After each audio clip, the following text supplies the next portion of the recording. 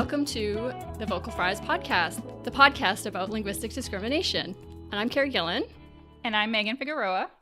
And today we have our very first guest. Hi. Hi. So today we have Beth Troutman, a former congressional candidate and TV host, and a real live Southerner. Yes, very real life Southerner. Because today we're going to be talking about Southern American English. So neither me nor Megan is a Southerner. Nope. I'm Canadian. And I've just lived in Arizona my entire life, so not helpful. Well, I will try to help you guys out. Although I've lived all over the country. I was born and raised in the South, and I currently live in the South. So my accent has gotten a lot deeper in the last 2 years since I've been back in North Carolina. Awesome. So one of the reasons why we wanted to talk about Southern English, well, first it was because my mother-in-law asked us to talk about it, who is also a Southerner. Oh, awesome. I love her. But also because it's one of the forms of language that's denigrated, and that's our meat and potatoes. We are going to fight against discrimination. So this is our first time we've talked about the way geographic location speaks, because we've done vocal fry, which could be anyone, and then we've done swearing, which could be anyone. Right. So now we're concentrating on something that's a geographic way of speaking, I guess. Right. Yeah, regional. Yeah, regional. Yes. Yes. Yeah. So I guess it's the first time that this has really been something that's not universal or closer to universal, because vocal fry, everybody does it, or almost everybody. So, and this is why we're bringing in a guest host, because it is not universal. So, yes. We don't want to fuck things up for Southern English in any way. All right. Well, fire away. I'll try to answer any questions possible and try to guide you through the Southern accent. And I certainly can relate to the discrimination that comes with someone hearing a Southern accent, especially if you're a blonde female, which I am. There is a double whammy there. Oh, like the intersectional linguistic discrimination that you get being female, Right. I get it. Yeah. And speaking of that, we just want to mention that we're really only talking about the white variety of Southern American English. There are other Southern dialects, and we will hopefully get to them, but we're setting those other dialects aside for now. Yes, because they're going to be disparaged differently, right? Yes. There's going to be other intersectional things at play. So Absolutely. Yep. Okay, cool. Okay, so let's talk about how you feel. Like, so for example, you were in the television world, and I'm certain that there's some interesting stories you could tell us about having a Southern accent in that world.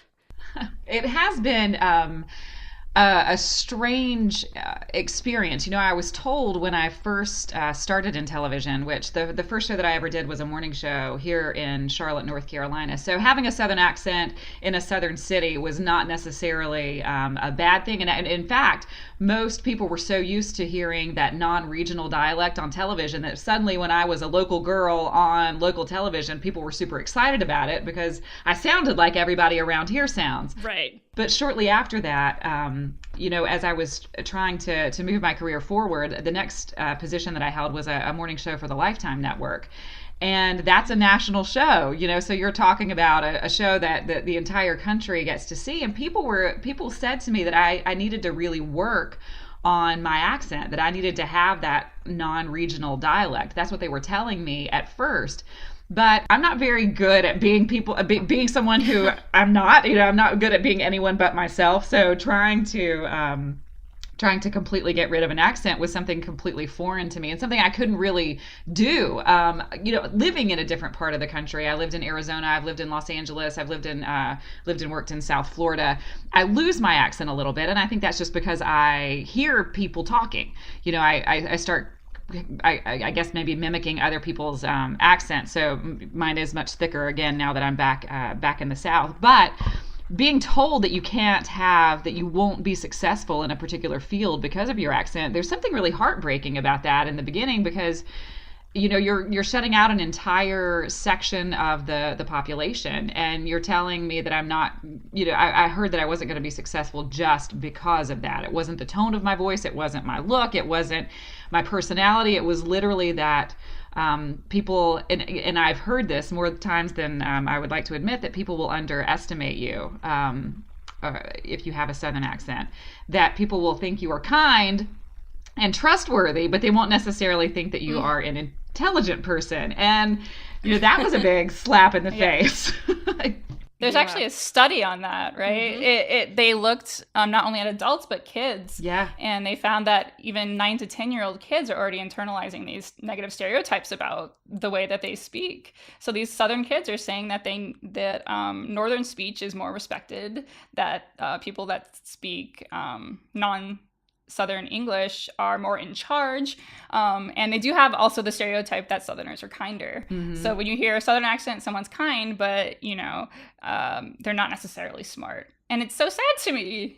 That's so sad. I think that has a lot to do with the industry that I work in, because if you see people in charge, like news anchors on television, or you see people in films whose characters are high powered, or who are funny, or who are lead roles, you very rarely hear a Southern accent. You very rarely hear someone have that Southern drawl, saying the I and the my, the light and the night, all the words that we tend to draw out. And our accent is kind of sing-songy. There's something melodic about it. There's something that it definitely is, people have described it, certainly to me, lazy. They say it's a lazy way of speaking, which maybe that's why people think that you're friendly, because you're just tired. I don't know. But, if you think about it, though, since I was born in 1977. In my lifetime, we had Jimmy Carter as a president. We had Bill Clinton as a president. We had George W. Bush as a president.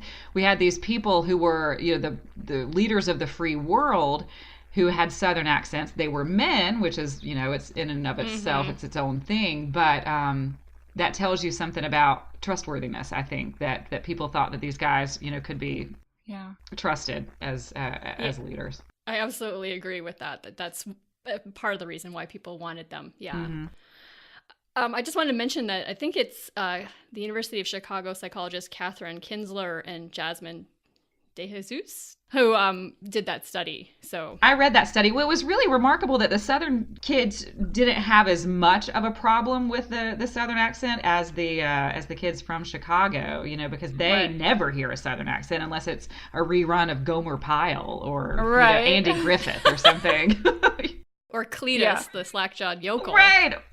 Some vocal never is good, but then again some vocal, like Cletus, the slack-jawed yokel.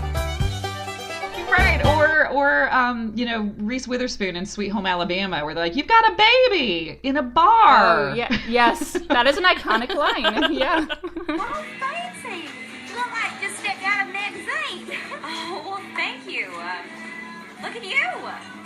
You have a baby in a bar. Now I got 3 more at home. This one's still on the tip, so I can cart him anywhere.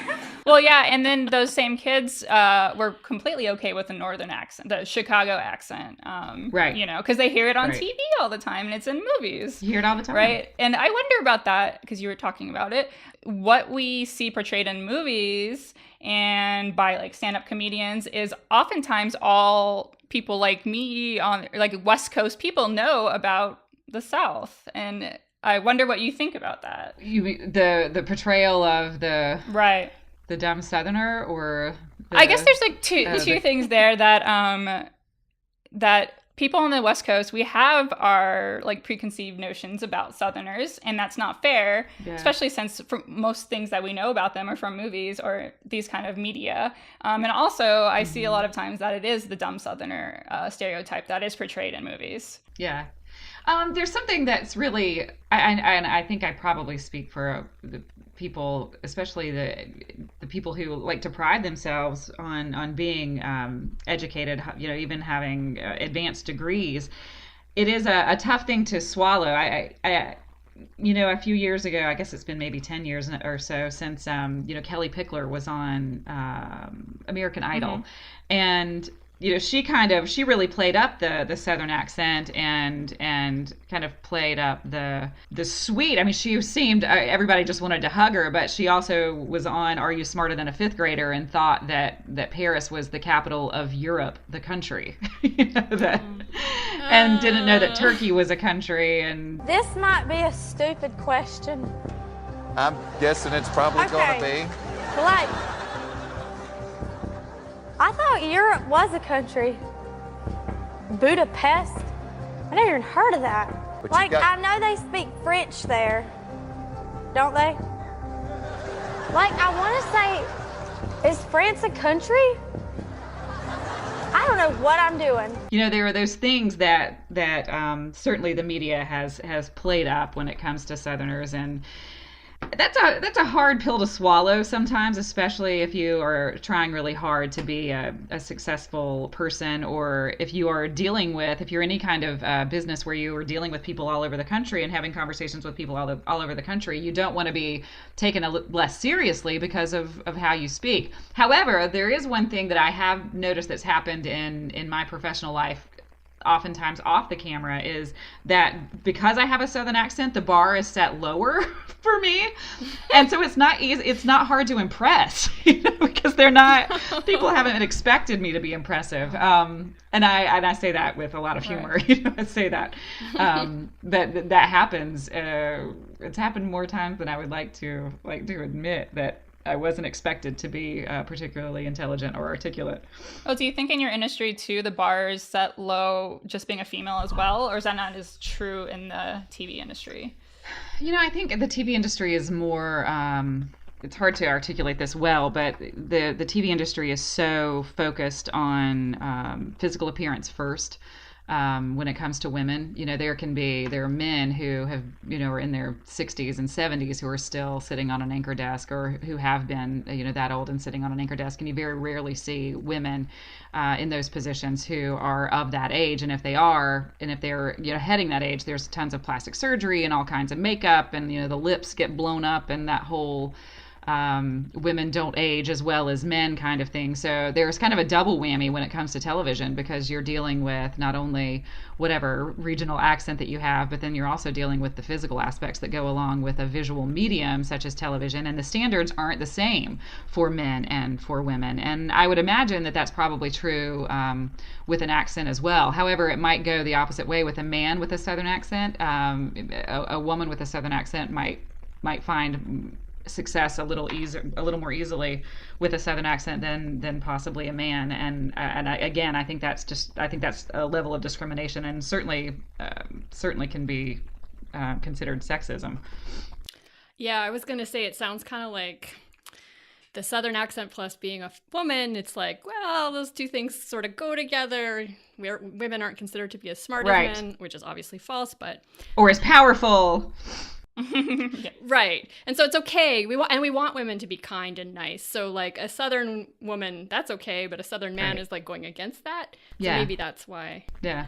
It is, and it's an interesting thing to think about, because the Southern accent has such a history. I mean, it's kind of a combination of British English and the language that, and what a terrible history we have here, but the language that slaves brought over from their own African cultures.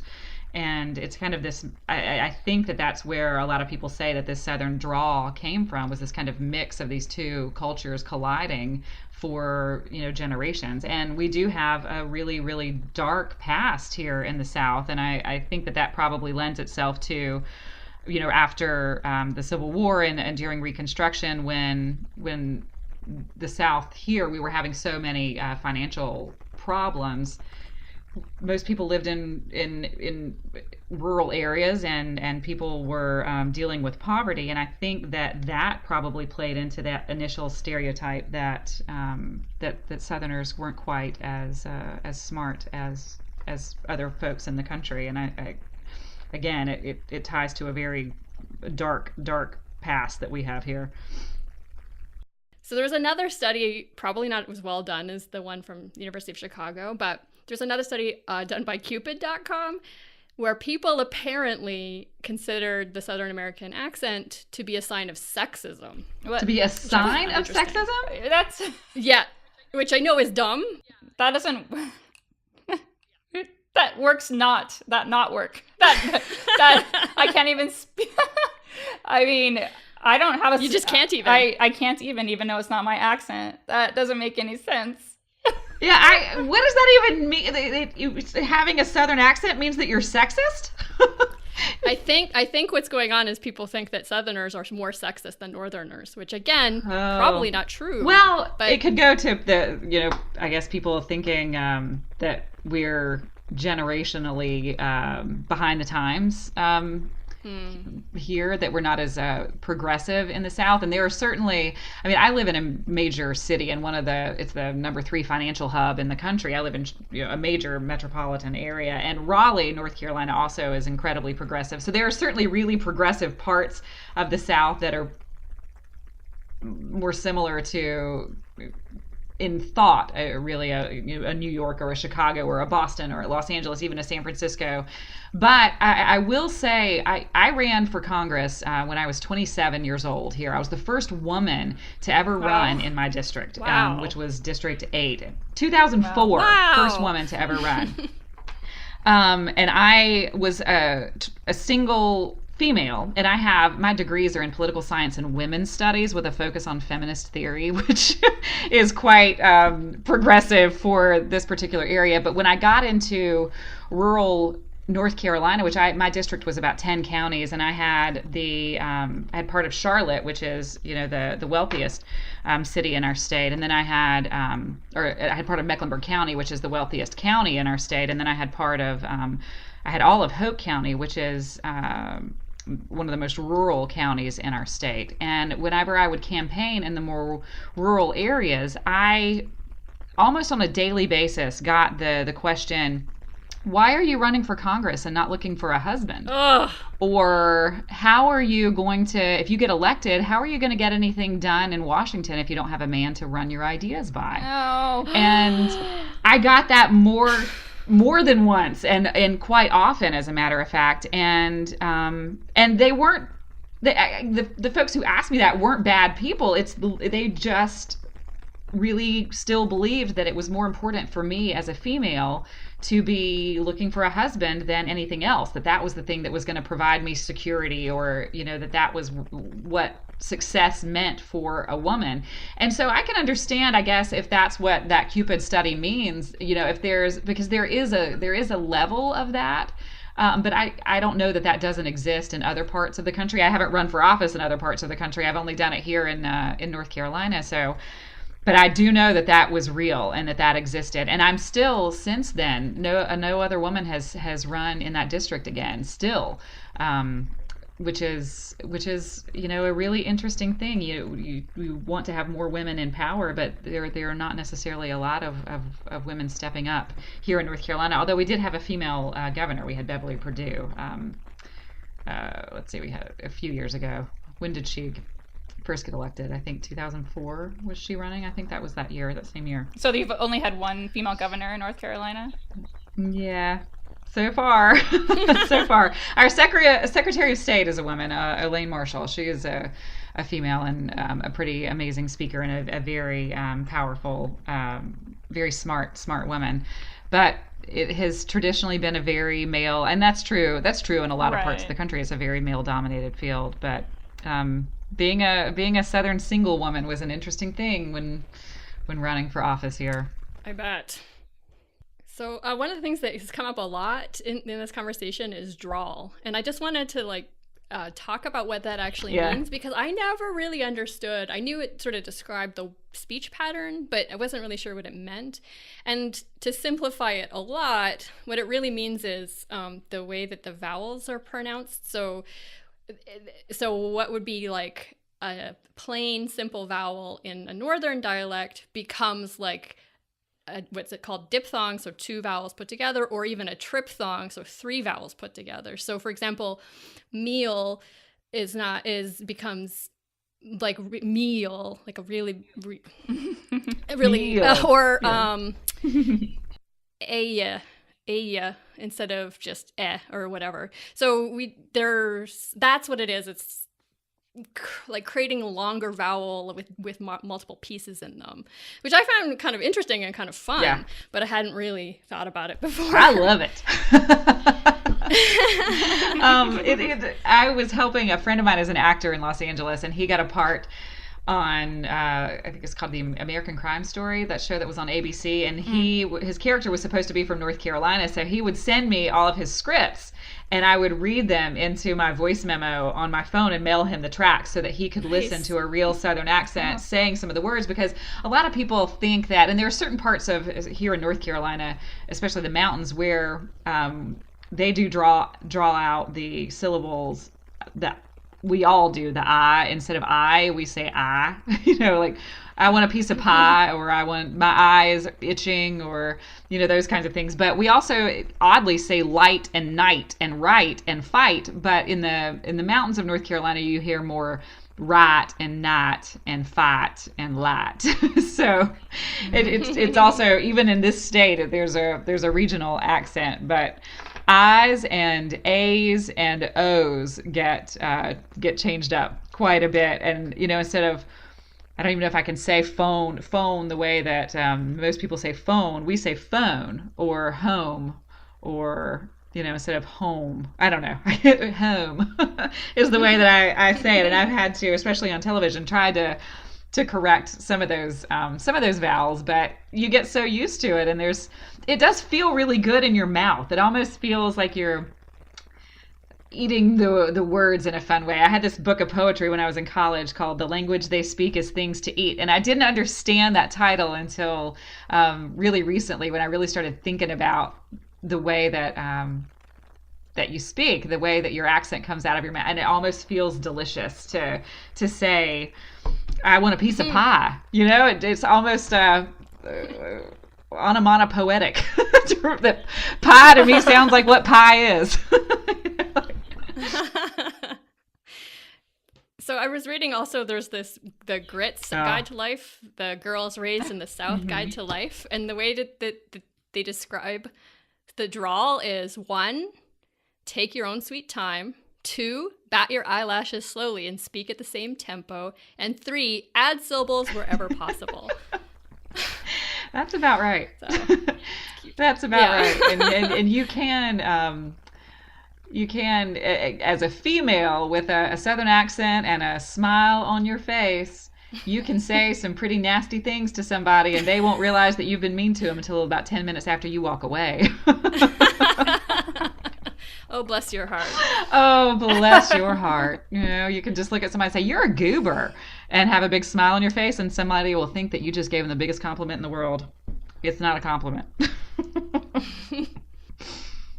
There are other features that I thought would be interesting to talk about. Like, so for example, double negatives. I don't know nothing. I don't know nothing. Yeah. Which, to me, it's really bizarre that this is associated with Southern English, because to me, it's just, well, not everywhere, but a lot of people all over the place use double negatives. Yeah, just poor grammar. Well, it's not, though. Here's the thing. This, back in Old English, at least, the England was kind of split into 2 dialect regions. I mean, I'm simplifying, but in the South, they used double negatives, and in the North, they didn't. And at the time, the Southern dialect was actually the more proper dialect. And so it's funny that somehow that got flipped. And lots of languages have double negatives standardly. So for example, French, je ne sais pas, the ne and the pas are both negative. So there's 2 negatives there. Or personne n'a rien dit. So personne is no one, and the na part is nothing, or not, and rien is nothing. So it's just, there's lots of extra negatives in sentences, and it's funny that in English we decided at some point, well, some old white dude decided that's bad logic, because he decided that you were multiplying negatives, and so if you multiply negatives, you should get a positive. But if you add negatives, you get a negative. So yeah, so they're equally logical, and this is like just a really dumb rule that we all follow because all of our English teachers told us not to do it. Yeah, and it marginalizes other groups of people too. So not only the Southerners, but people who speak Chicano English or African American English. All of these types of speaking do double negatives. I think even just rural English in many parts of the country and Canada too. So it's just everywhere. Right. Yeah, I ain't got no iced tea. We have a lot of double negatives. But now that I know the history of it, I'm going to start using them more and more. Good. Yeah. Oh yeah, ain't is a good one. I love ain't. Ain't, yes. I know you remember when we were kids when you would say ain't a word because ain't in the dictionary, but now it is, so you can't say that it anymore. Is, yeah. It's an official word, so you might as well use it, right? Exactly. I mean, that is a silly argument. If just because it's not in the dictionary doesn't mean it won't be yet. Right. Language. I mean, dictionaries are constantly updated. And languages evolve. Yes. Yep. Or devolve. They just evolve. They just change. I guess the word is just change. They don't actually get better and they don't actually get worse. They just change. Right. And the other feature that's associated, or I think this is not even actually a real feature, it's just what we think, that Southerners speak more slowly. But apparently that's not even true. Some people do, but it's completely variable. What do you think? I think that probably comes with the fact that we do draw some words out, so it might take me longer to say certain syllables. But as you can hear in this interview, I speak pretty quickly. Mm-hmm. And you will hear my dad, for example. My dad has a really thick Southern accent, and he speaks so quickly that I sometimes can't understand him. He sounds like he's honking, like it sounds like a goose or something. Which his nickname, ironically, is Goose. But I think that there are two. Both of those things exist. There's the Southern person who speaks really, really quickly, and then there's the Southern, just the really the sweet, slow accent. People, it takes them a while to say hello, but once they do, you're going to be in a conversation with them, and it's going to be a really fun conversation, and it might take longer than it would, but that's just. You get used to it, I guess, here. I'm guessing in other parts of the country as well, there are probably people who speak really slowly and also really quickly at the same time. But I think the fact that we draw so many of our words out a little longer makes the stereotype exist probably more prominently in the South, because some words do take us longer to say. Yeah. And then my all-time favorite Southern feature is fixing to. I'm fixing to go to work. I got made fun of that for that. I sang a lot when I was young and did some public speaking even when I was a young, preteen, even like 9 and 10 and into my early teens. And I was in a rehearsal once, and I think I was in Salt Lake City, Utah. And the sound guy said something to me, and I said, well, I'm fixing to do my sound check. I'm fixing to do it. And he was like, what? You're fixing to? And I had never even thought about that word, because obviously everybody around me used it, and people still use it. I had to start really thinking about not using that one as much as I did at the time. And it's one that I don't use as much as I used to. But I love it, though, because you're like, I'm fixing to do it. What does that mean? I'm about ready to go and go to work. I'm about ready to go make dinner. I'm fixing to do it. I'm fixing myself. I'm getting myself ready. Yeah, so that sort of leads into what I was reading about it, because I'm really fascinated with the semantics of it, because it's similar to I'm about to do something, but it's not quite the same. So according to Marvin Ching and Jay Myers, who separately worked on this, they say that you need some kind of delay. So if you're saying I'm fixing to make dinner, there's got to be something in between you saying it and then you actually preparing it. So they call it a preparatory activity, which is kind of linguist speak, but so basically I can't say I'm fixing to make dinner if I'm already making dinner. Yeah, I mean that makes perfect sense. That's exactly how we use it. So he's exactly right. It's funny that he studied that. I could have told him that, and he wouldn't even have to have done any work at all. I could have just told him that. Oh my God. That is like the linguist problem. Like every time I read something, I'm like, we already knew that. Yeah. We've spent so much time looking at this, but we could have just, asked someone who speaks it. We already knew it. Yeah. Everyone else knows, but science needs a citation. Yeah, that's true. You can't really just cite the random Southern lady you talked to.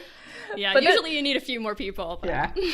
Yes. This is why it's good to have someone who speaks Southern English on our Southern English episode for sure. Yes. Well, I wish I had my dad on here now so that you could hear, a really thick Southern drawl. That would be awesome. Well, so there's lots and lots of other features, but it looks like we already have done a lot of talking. So I think we should just move on to the why we judge it. So part of it we've already talked about, like maybe the dark history, maybe the fact that many people were very poor for a long time, and we love to judge poor people. I know. And this reminds me also, so I've been watching iZombie, which I mostly love, but they have this problem where they conflate Southernness with being working class. So whenever they have like somebody who's like rough and tumble on an episode, they almost always have a Southern accent. It's very strange, and it's supposed to take place in Seattle, so these people they shouldn't be surrounded by Southern accents. Not at all. Right. I mean, there could be someone or two, but you shouldn't expect like going into a biker bar and having them all have Southern accents.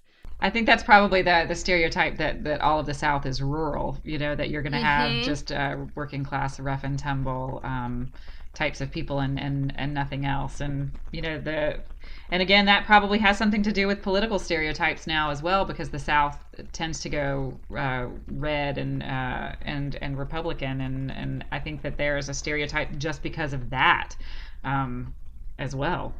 Yeah, agreed. Well, and for a long time, I also just associated like blue collar, just the term blue collar with the South too, because I feel like anytime you hear about the South on like the news or anything, I feel like they're talking about something like that, and those two things are always put together in some way. Because most of the time when you hear stories about the South, you're hearing about manufacturing jobs that don't exist anymore, or about agriculture, which all of those things certainly are very true. But it's like any other place in the world. I mean, both sides exist. Both things exist, but it is easier to, when you're in a visual medium like television, or you're in a medium where you're dealing with time constraints, it's easier to function based on stereotypes than to try to explain the complexity of an issue in a 1 minute 30 story on something, or even in a 30-minute sitcom. You operate based on stereotypes because it's easier than actually trying to write better. Yes. Oh my God. Lazy writing bugs me. Yep. Another example of this is Amy Schumer. She uses Southern accents to mock poor people. There's this episode where she's making meth, and she's so stupid and she keeps blowing herself up, and it's so offensive. No, Becky Lee! No! Oh, jeez.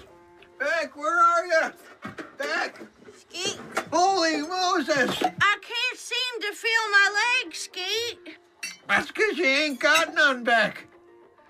Oh, makes sense then. so offensive. So there's just these messages constantly in the media that we're supposed to judge the Southern accent. So I think that's why most people do, because we're told to, and you have to interrogate your own biases. Yeah, right. And I think this is really problematic too, because just like talking about the study earlier out of University of Chicago, these children at 9 years old are already internalizing these terrible messages, like that they may not be as smart, or that the people around them are racist or whatever. And I think this is why it's so shitty one of the reasons why it's so shitty to judge accents, because what does this mean for their self-esteem and for their sense of self? I think that it's really sad. And discrimination based on accent is not illegal in the U.S. So these internalized stereotypes is not inconsequential, right? So it's not protected.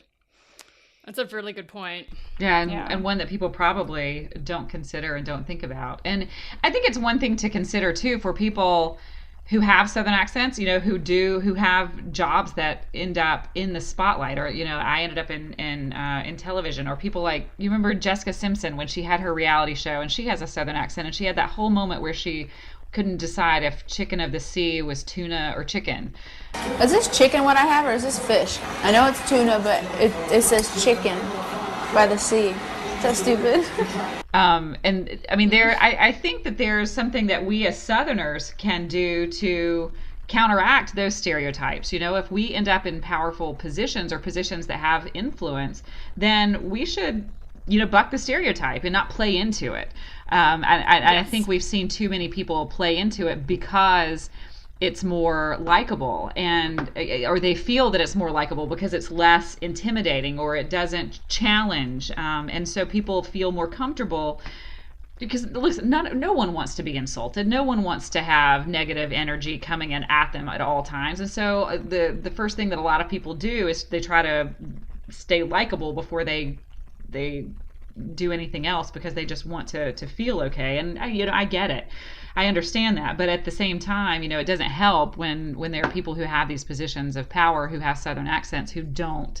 They utilize them to play into the stereotype more than anything else. And I don't know if it's for self-protection or if it's because they make more money that way or what that is, but that was one of my problems with that show that Jessica Simpson was on, and with the Southern people who have ended up on shows like American Idol, just playing into the stereotype because it seemed likable and funny and it got votes for them or got viewers or whatever. I think that there's a responsibility that you have to get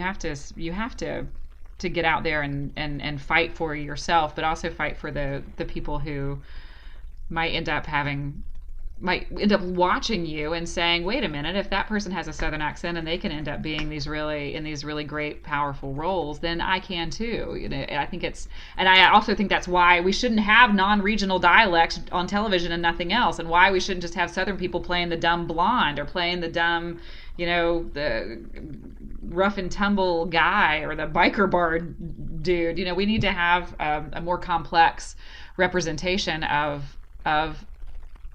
the human experience, no matter what the regional dialect is or what the race is or what the gender is. I mean, we've really done a bad job in media, especially across all of those areas. We stereotype everything from race to gender to religion to socioeconomic conditions. We stereotype across the board.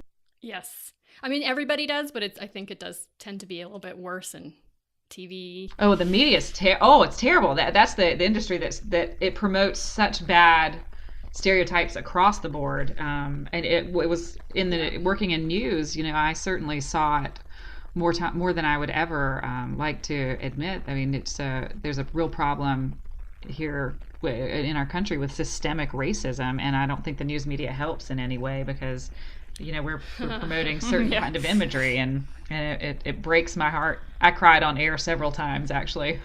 Oh wow. Well, unless there's anything else that anyone wants to add to the conversation. I don't know. Anything you think, Carrie? I think we covered it all. I think the main point is not to be an asshole. Yeah. Right? Just be nice. Just be nice to each other. Hug and talk and laugh and, you know, all that and when kind of you good do stuff. talk, don't fucking judge the way the other person's talking, you know? Exactly. Judge for what they're actually saying, not how they say it. Exactly. Listen to the words, not how the words are being said. Yes. Listen to the actual words. Yeah. So thanks again to Beth Troutman for joining us today. Yes. Thank you so much. Thank you guys. It was awesome. Yeah, this was a good first guest experience. Yeah. I'm glad to hear it. Yay. Now we're spoiled. Okay. All right. All right, so thanks everybody for listening, and don't be an asshole. Do not be an asshole. Bye. Right. Bye. Bye. Bye. The Vocal Fries podcast is produced by Chris Ayers for Halftone Audio. Theme music by Nick Granum. You can find us on Tumblr, Twitter, Facebook, and Instagram at Vocal Fries Pod. You can email us at vocalfriespod@gmail.com.